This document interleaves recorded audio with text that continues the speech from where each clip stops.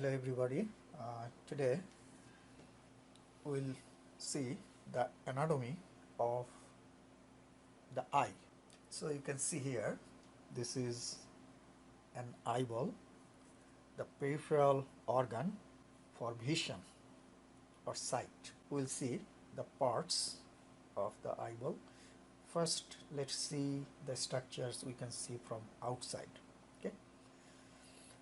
So you see the most front part of the eyeball is transparent, and this transparent structure is called the cornea. Cornea allows the light get in because it is highly transparent. Okay, so light goes in through the cornea.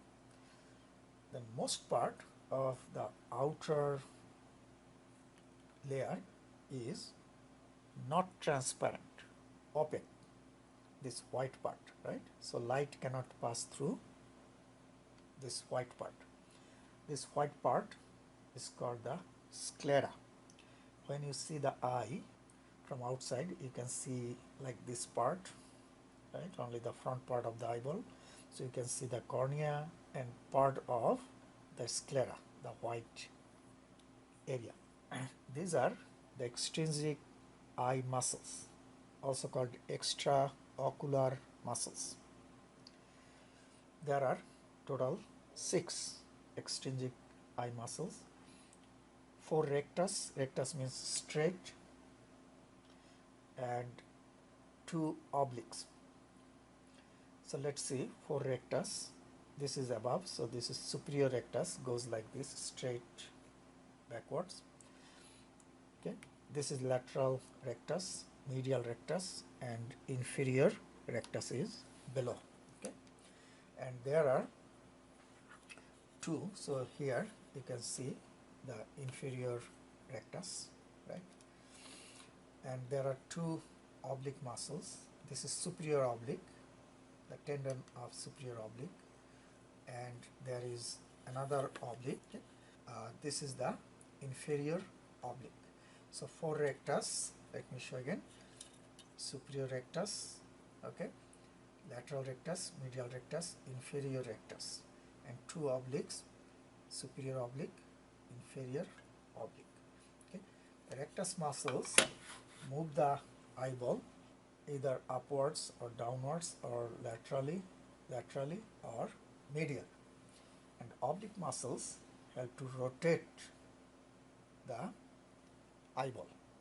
Okay, now just think that if superior rectus contracts, then what will happen? Muscle always pulls the structure towards it, right? So when this muscle will contract, it will pull the eyeball upwards like this. So if you contract this muscle, or when you look upwards, this muscle is contracted. Okay, so like this. Okay, when this one contracts, moves like this. When this one contracts, moves like this. Make sense? And inferior rectus would move downwards like this. And oblique, since they are attached like this, will rotate the eyeballs like this. Then you can see in the back of the eyeball, this is the optic nerve, cranial nerve number 2, okay, that takes the visual signal from the retina of the eyeball to the brain. Okay. Now when you see the eye from outside, what do you see? You can see the colored structure through the cornea. You can see this, right? That is the iris. Iris is actually responsible for the color of the eye, because the iris has pigments. So if someone has green pigments more, the color will be green. Okay, someone has brown, the color of the eye will be brown. Okay, and inside the iris there is a hole or aperture that is called the pupil. So you can see those structures through the cornea, right? Now, iris regulates the amount of light that enters into the eyeball by regulating the size of the pupil. Since pupil is a hole inside the iris, so by the contraction and relaxation of the muscles of the iris, the size of or diameter of the pupil changes. Okay, you know, if I put flashlight or a strong light on your eye, what will happen? The pupil will constrict to limit the entrance of the light. And if you are looking something in dim light or dark night, then the pupil will dilate. Okay. Also, sympathetic stimulation, excitement, dilates the pupil, and parasympathetic stimulation constricts the pupil.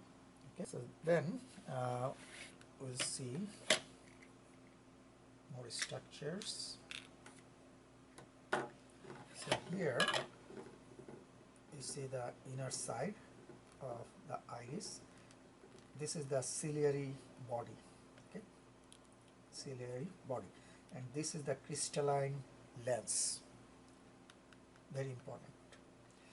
So this is the lens, and this is the ciliary body, and this is the inner side of the iris. This is the outer side of the iris. Okay, and this is the pupil. Okay, now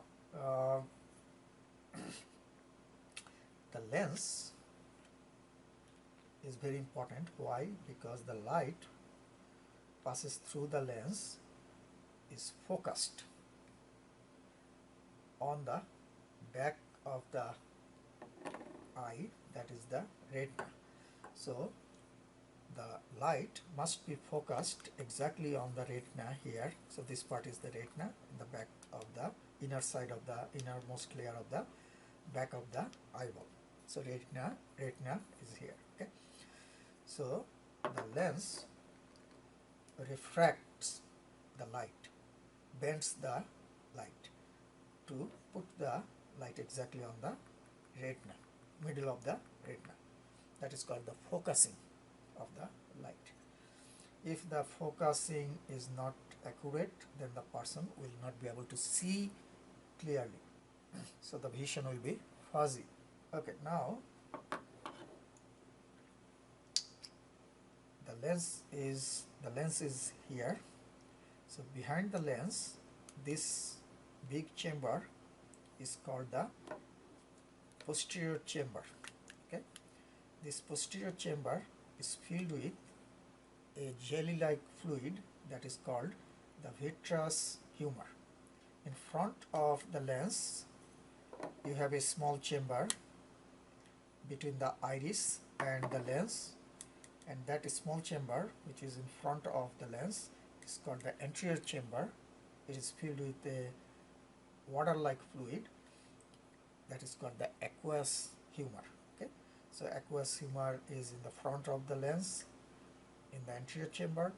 Vitreous humor is behind the lens within this large chamber, that is the posterior chamber. The vitreous humor gives the shape of the eyeball. Okay, and also the pressure of the vitreous humor keep the retina attached to the wall. Sometimes, retinal detachment, probably you have heard, occurs. The retina comes off. So one reason could be decreasing the pressure of the vitreous humor. Okay, now we'll see the retina. So this structure or area is called the optic disc or blind spot. There is no photoreceptors. Rods and cones are absent in this area. That's why it is called a blind spot. Why no photoreceptors are here? Because you see the optic nerve is attached here, as well as blood vessels enter into the eyeball through this area.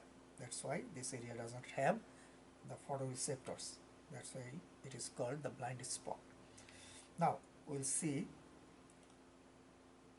the center of the retina. This is the center of the retina, and this dark pink colored, this dark area is called the macula lutea, and in the center of the macula lutea you can see a tiny yellow, whitish yellow spot that is called the fovea centralis. Fovea centralis is the very center point of the retina, where you have the cones in highest density. So very highly populated cones are located in the fovea centralis. To see the things very clearly and to see the smallest thing, the light must be focused on the fovea centralis. How you can do that? If you look at something straight, then the light will fall on the fovea centralis. Okay, and that's why to read the small things, to see the color very clearly, you have to look straight, right? So the light will be focused on the fovea centralis. Okay, so let's quickly go over. This part is the retina, which is the innermost layer of the back of the eye, and this is the optic disc or blind spot. This is the macula lutea, and this is the fovea centralis. Okay, so those are the structures you can see in the eyeball.